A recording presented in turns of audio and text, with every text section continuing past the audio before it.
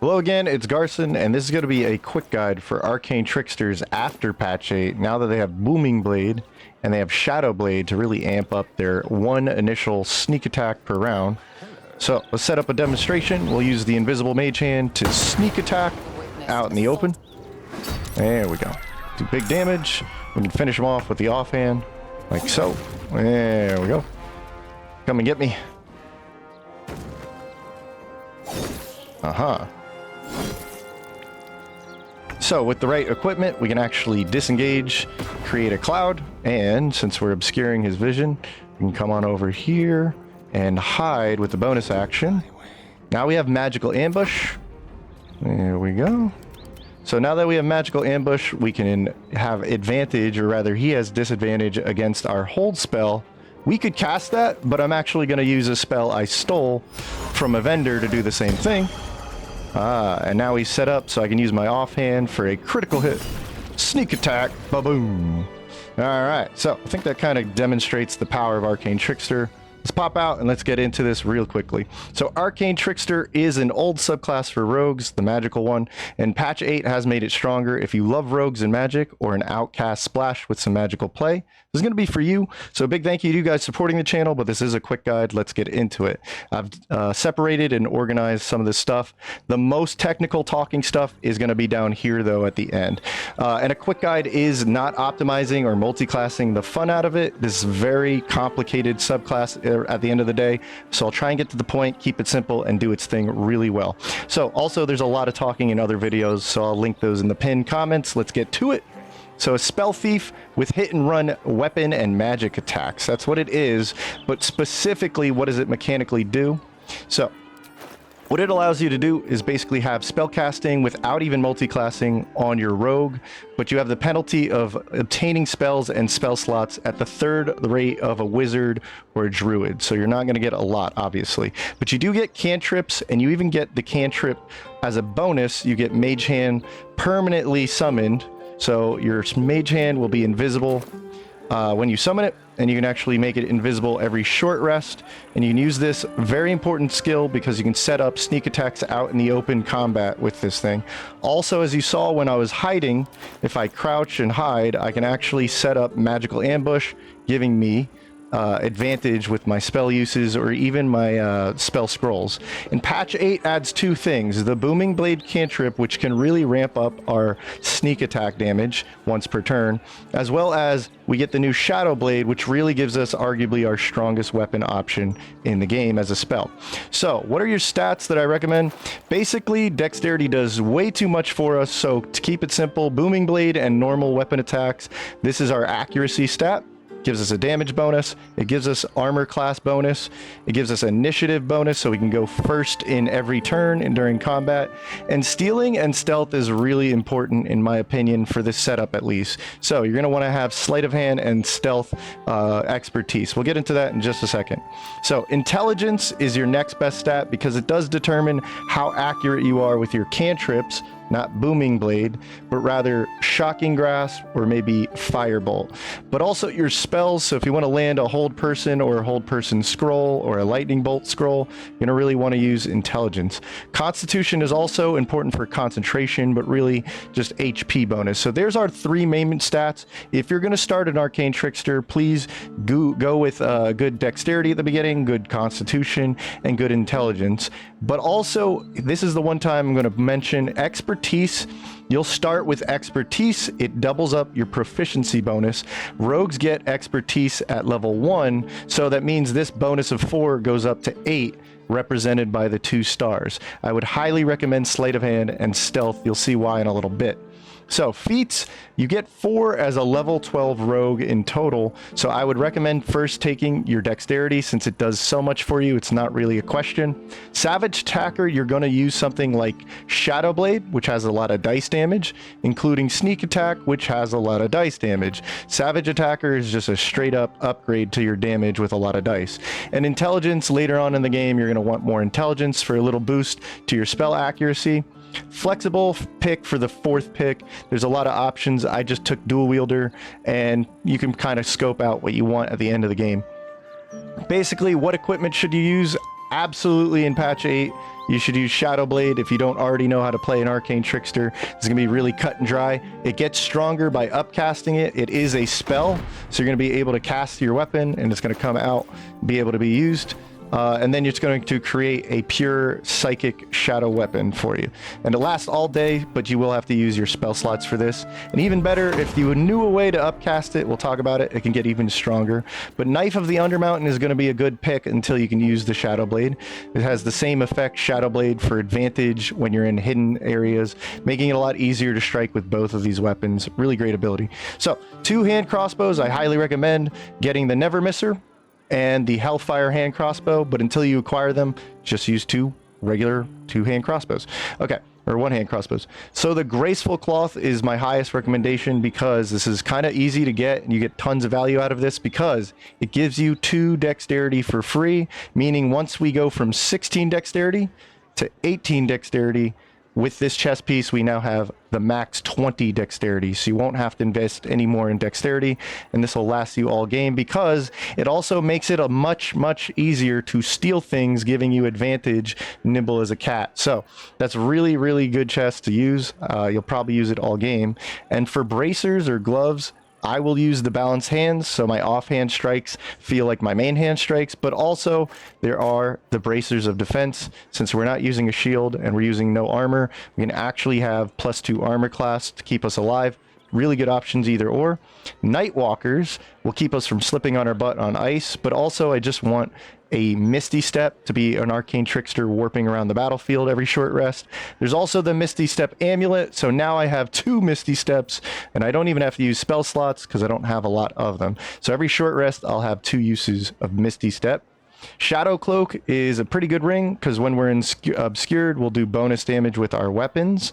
And the Eversight Ring. So whenever I create a cloud using my cloak we're about to talk about, I won't be blinded by it, so I can hide myself and attack from the shadows, from the cloud, and I can never be blinded by darkness. But the Cunning Broom Cloak, this is really great because every time you use Disengage, you actually create a fog cloud and you won't be blinded in it thanks to the Eversight Ring combo. Okay. So Arcane Cultivation's super important because if we use this elixir right here, it gives us a level 3 slot, which we don't have. What's the trick here? Well, if we use it, we can now upcast Shadow Blade to a higher power degree, and then that'll last us all day. So we can quickly use a spell slot we wouldn't normally have. So thanks to this elixir, the Arcane Cultivation. Next, you want to use Battle Mage Elixir if you can find them, because it's going to raise our potential accuracy for spells like Hold Person. It's a big boost. So you'll use this at the beginning of the day to upcast Shadow Blade, and then you'll use this to raise your spell accuracy. So how do you play an Arcane Trickster without making this really complicated? Oh boy.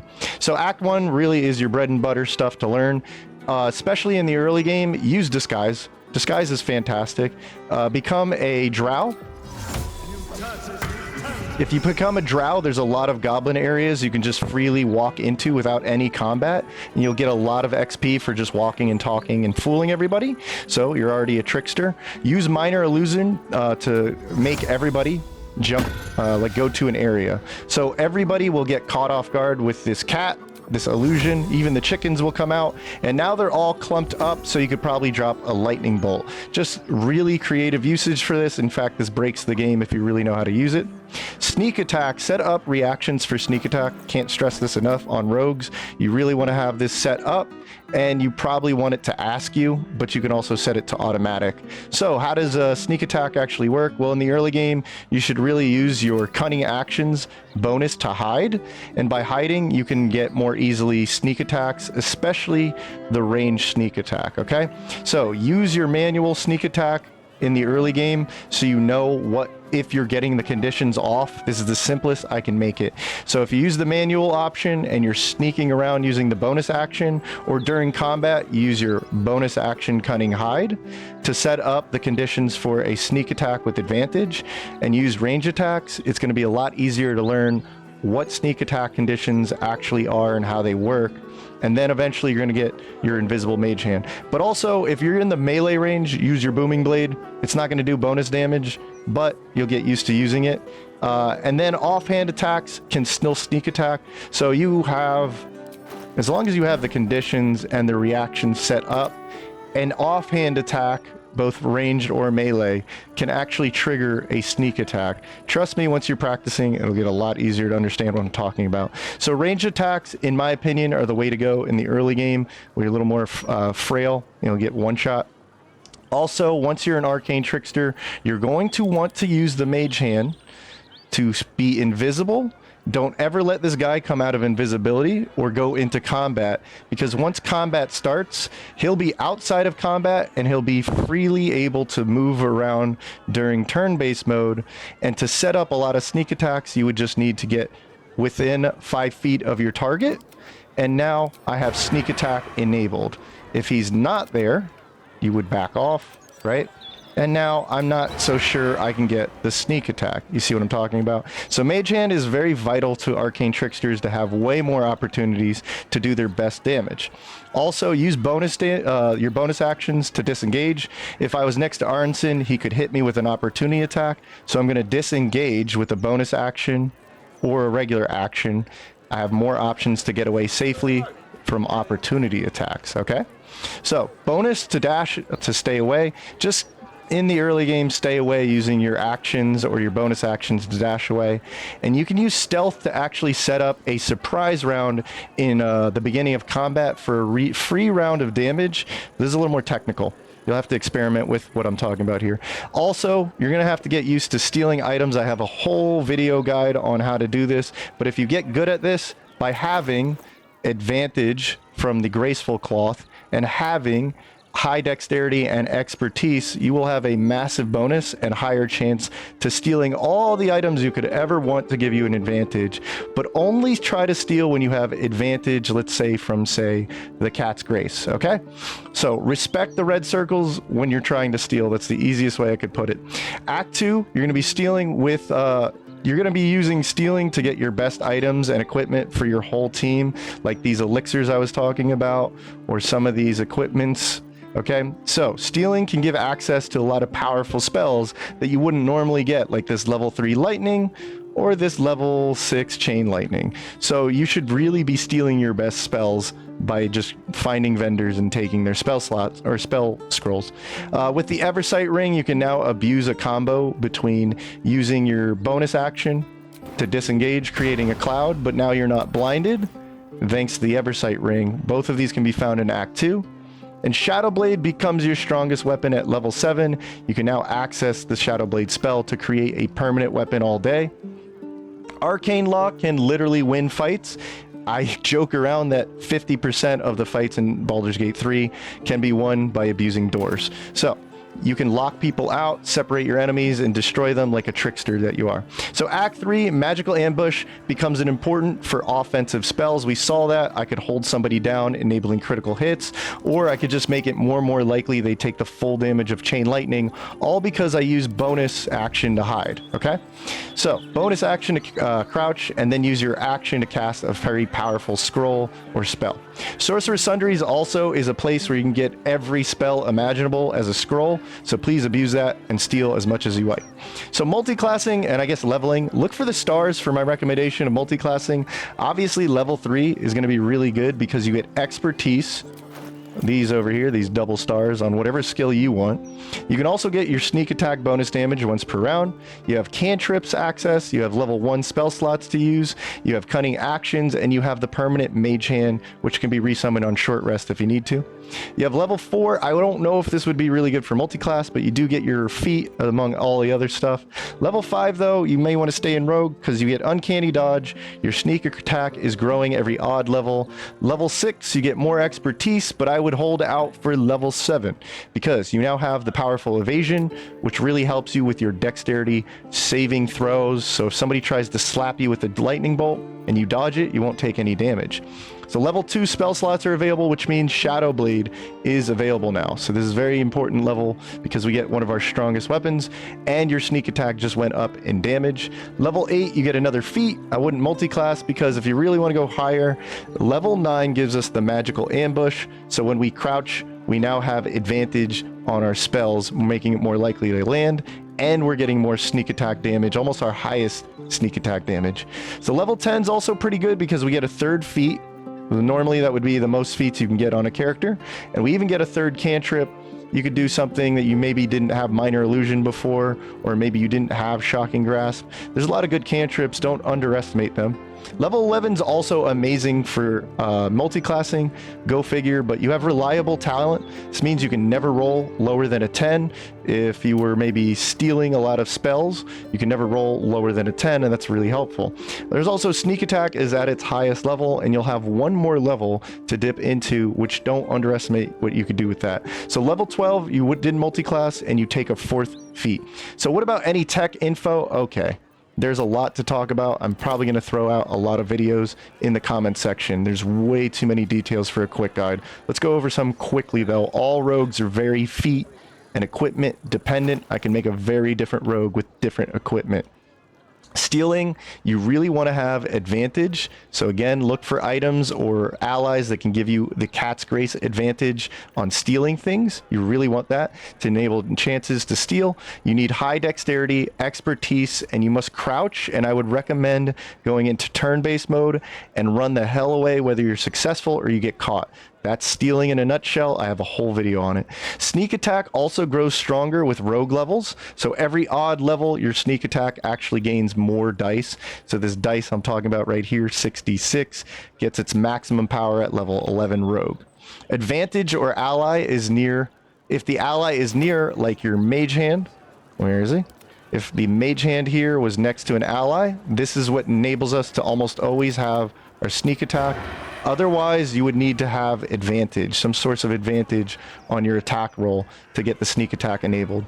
So invisible mage hand can be used to set up your guaranteed sneak attack, and your sneak attack always adopts whatever your main hand damage is. So in this case, even if I use my offhand attack, the sneak attack damage would continue to be psychic damage, okay?